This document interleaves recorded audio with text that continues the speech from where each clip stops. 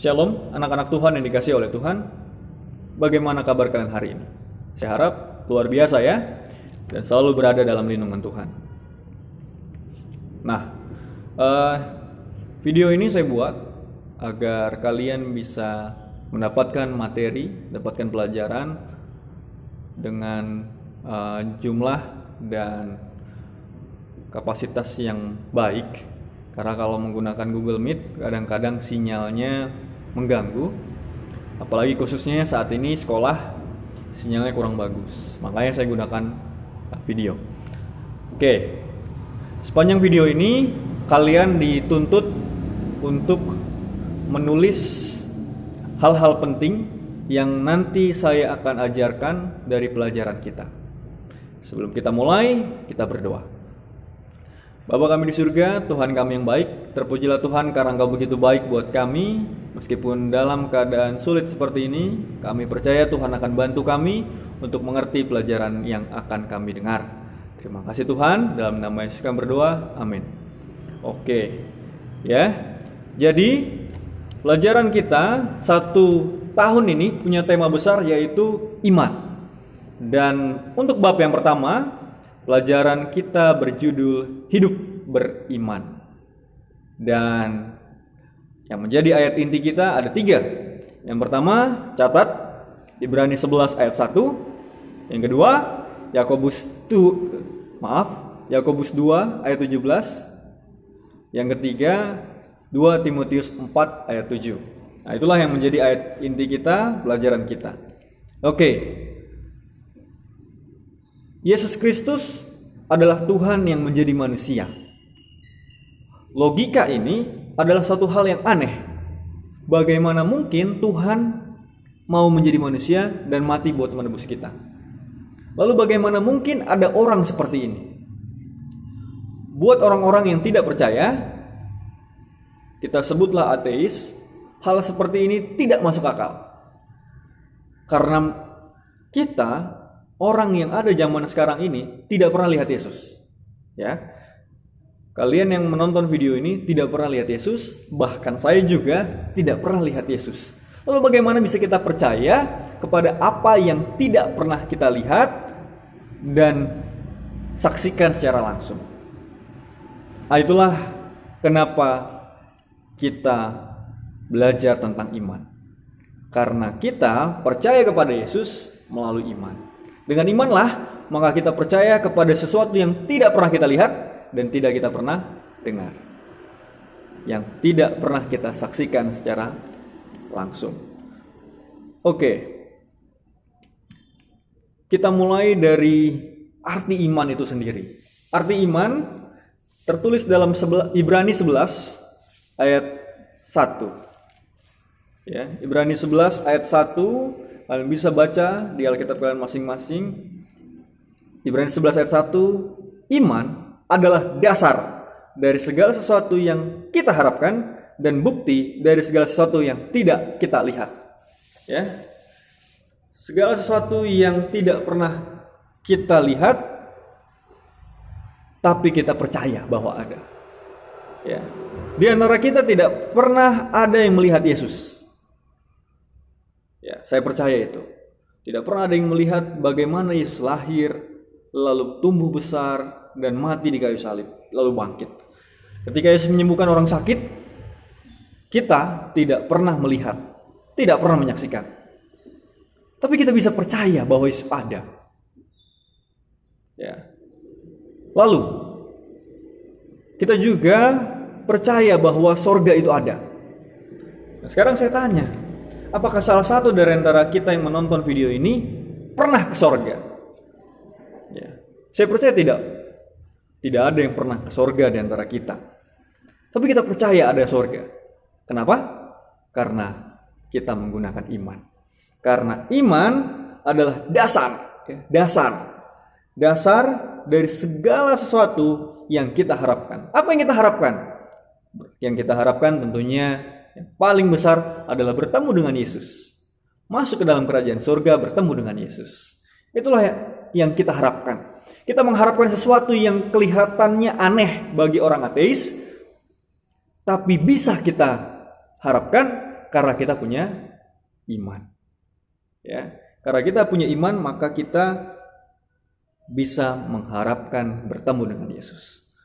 Lalu Ibrani juga tertulis bahwa bukti dari segala sesuatu yang kita tidak lihat. Ya, jadi kalau misalnya kita mengobrol dengan teman kita, dia bilang, "Teman, saya baru dari Singapura." Nggak mungkin kamu dari Singapura. Ya, itu aneh. Bagaimana mungkin kamu pernah ke Singapura? Wah, akhirnya karena temanmu itu ingin membuktikan bahwa dia pernah ke Singapura, makanya dia tunjukin. Ya, lihat ini fotonya. Saya pernah ke Singapura. Karena menunjukkan fotonya, kita lihat baik-baik. Wah, ini editan atau asli? Ya, jangan-jangan hanya editan. Wah, kita perhatikan baik-baik. Oh, ternyata benar.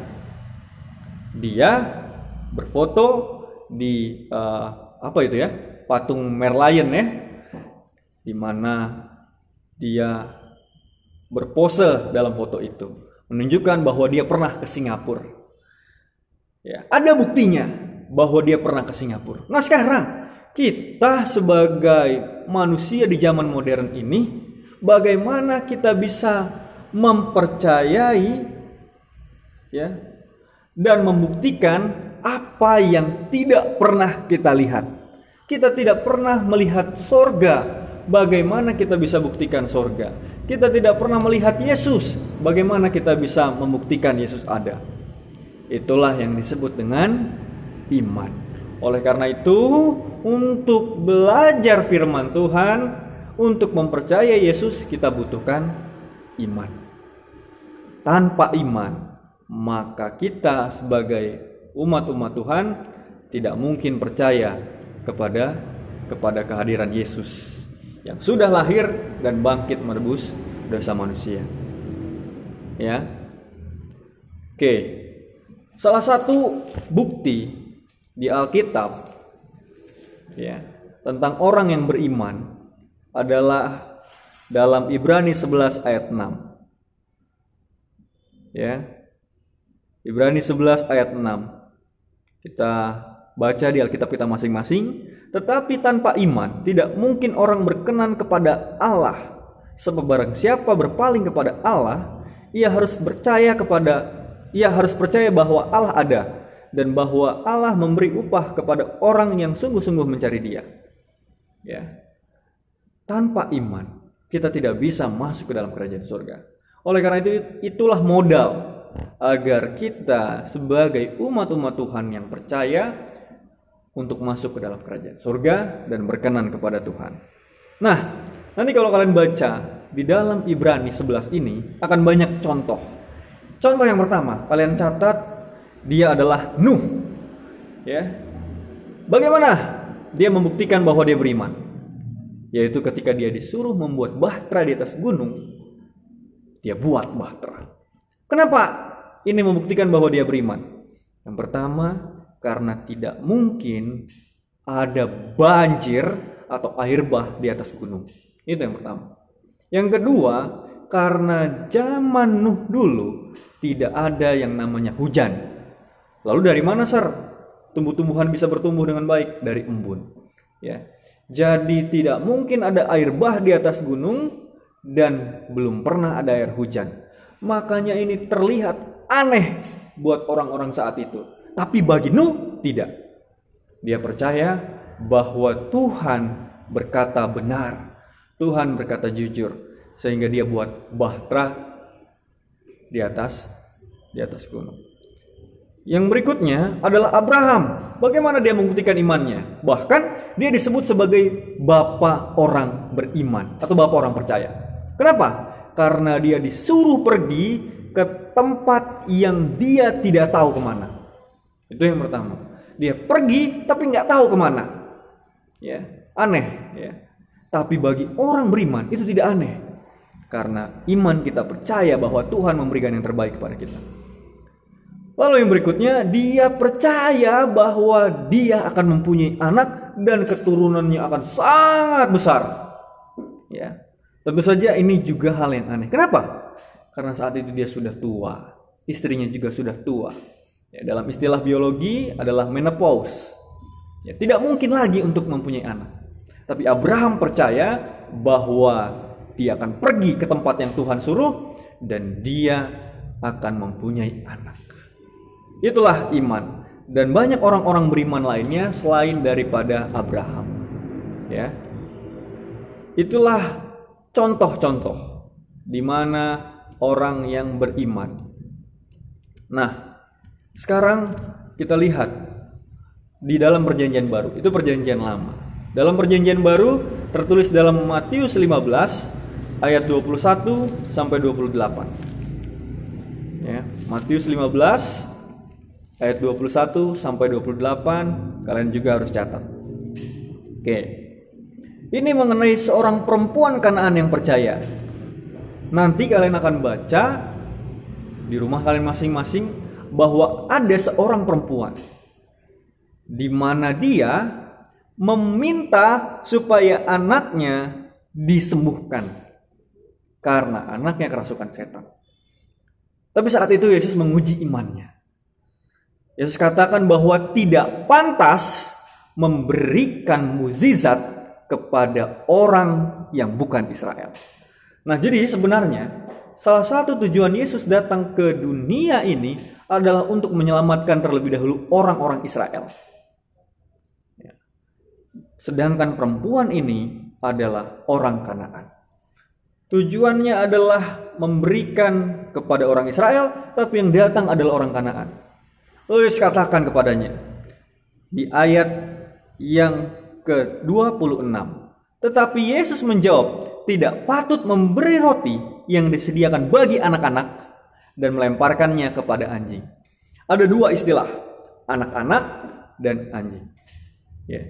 Di sini anak-anak sebenarnya melambangkan orang Israel. Ya.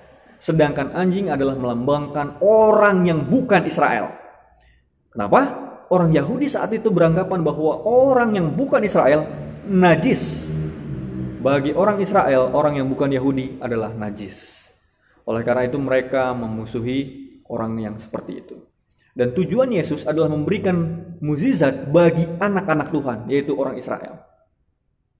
Tetapi perempuan itu menjawab dengan imannya. Kata perempuan itu, benar Tuhan, namun anjing itu makan remah-remah yang jatuh dari meja tuannya. Enggak apa-apa Yesus, enggak apa-apa Tuhan, aku tidak dapatkan roti yang utuh, tapi remah-remah pun aku rela. Tidak masalah, sedikit saja engkau berikan mukjizat, maka anakku akan sembuh. Itu kata perempuan ini. Ya, dia percaya bahwa hanya sedikit saja mukjizat keluar dari Tuhan Yesus, maka dia punya anak akan sembuh. Anaknya akan sembuh. Dan imannya itu dipuji oleh Yesus. Maka Yesus menjawab di ayat 28 dan berkata kepadanya, hai ibu, besar imanmu, maka jadilah kepadamu seperti yang kau kehendaki. Dan seketika itu juga anaknya sembuh. Hanya sedikit mukjizat yang Tuhan berikan, dan kalau kita percaya, maka anaknya akan sembuh. Ya. Nah sekarang, apakah kita punya iman yang sama dengan perempuan ini? Yang percaya bahwa hanya sedikit kuasa dari Tuhan, maka sudah menghasilkan hal yang sangat luar biasa. Itu yang pertama. Ya, jangan lupa dicatat tentang perempuan Kanaan yang percaya. Yang kedua, Lukas 7 ayat 1 sampai 10. Ya. Lukas 7 ayat 1 sampai 10. Itu menceritakan seorang perwira di Kapernaum. Ya. Kali ini sama ceritanya, bukan orang Israel juga. Tetapi kali ini dia meminta agar hamba dari perwira ini sembuh. Ya. Tapi dia katakan begini, bahwa nggak perlu Yesus datang langsung ketemu sama anak buahnya, nggak perlu dia ketemu sama hambanya perwira ini. Dia percaya bahwa Yesus sanggup menyembuhkan dari jarak jauh. Ya. Biasanya Yesus menyembuhkan bertemu dengan orang itu, lalu katakan bangkitlah, ya. Atau mungkin berfirman dari jarak dekat. Tapi perwira ini percaya bahwa kuasa Tuhan itu tidak terbatas. Tidak terbatas oleh jarak. Oleh karena itu mau dari manapun sanggup untuk menyembuhkan hambanya. Ya. Dan itulah yang membuat hamba dari perwira ini sembuh. Ya, apakah kita juga percaya meskipun Tuhan jauh, ya, di sorga mungkin, ya sebenarnya dekat dengan kita, ya, tapi karena tidak terlihat oleh kita merasa Tuhan itu jauh. Tapi meskipun seperti itu, percayakah kita bahwa Tuhan sanggup menyembuhkan kita meskipun tidak memegang kita? Dan itulah yang dipercaya oleh orang Kapernaum ini, ya, perwira Kapernaum ini, sehingga anaknya menjadi sembuh. Oke.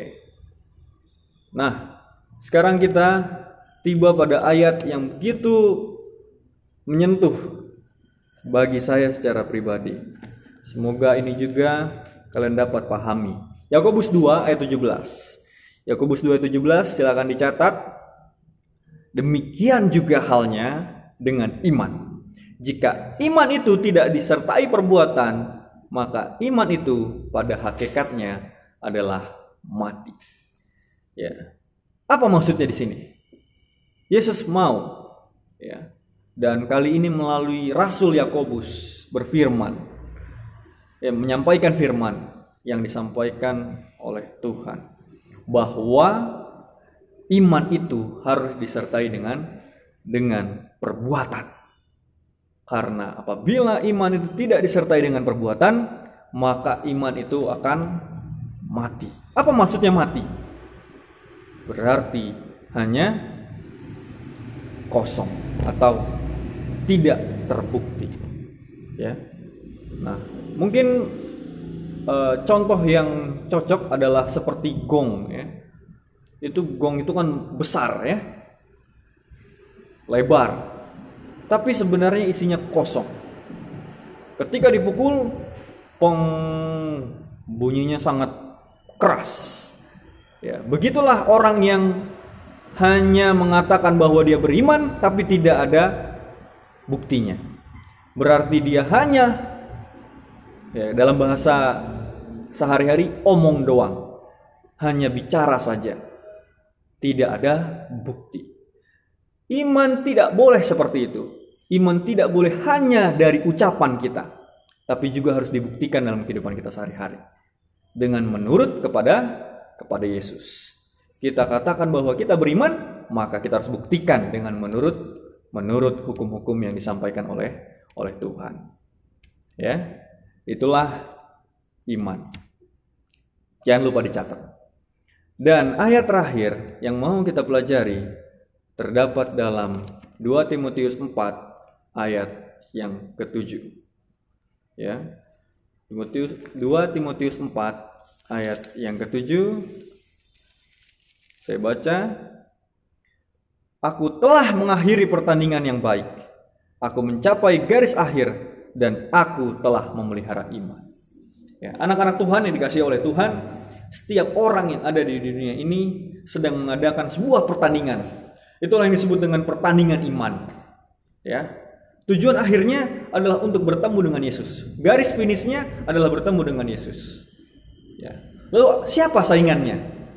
Ya, saingannya tentunya adalah dosa-dosa kita. Apakah kita sanggup mengalahkan dosa-dosa kita? Apakah kita sanggup untuk mengalahkan kejahatan-kejahatan kita? Rasa-rasa malas untuk beribadah, malas untuk berdoa, itulah yang menjadi lawan kita. Dan itu yang harus kita kalahkan, supaya kita bisa memenangkan pertandingan iman, sama seperti yang dilakukan oleh Rasul Paulus. Dia memenangkan pertandingan iman. Dan akhirnya dia bertemu dengan kemenangan itu, yaitu nanti ketika Yesus datang, dia akan diangkat untuk masuk ke dalam kerajaan surga. Baik, itu saja pelajaran kita hari ini. Dan jangan lupa catat lalu kirimkan ke Google Classroom. Kita akan tutup dengan berdoa. Kita berdoa. Bapa kami di surga, terima kasih untuk berkat Tuhan melalui pelajaran yang kami sudah pelajari, yaitu iman. Supaya kami sebagai umat-umat Tuhan memiliki iman, sebagaimana contoh-contoh yang dipelajari hari ini. Terima kasih Tuhan, bantu kami. Dalam nama Yesus kami berdoa, amin. Oke, sampai jumpa di video-video atau materi-materi dan kelas lainnya. Terima kasih, Tuhan Yesus memberkati.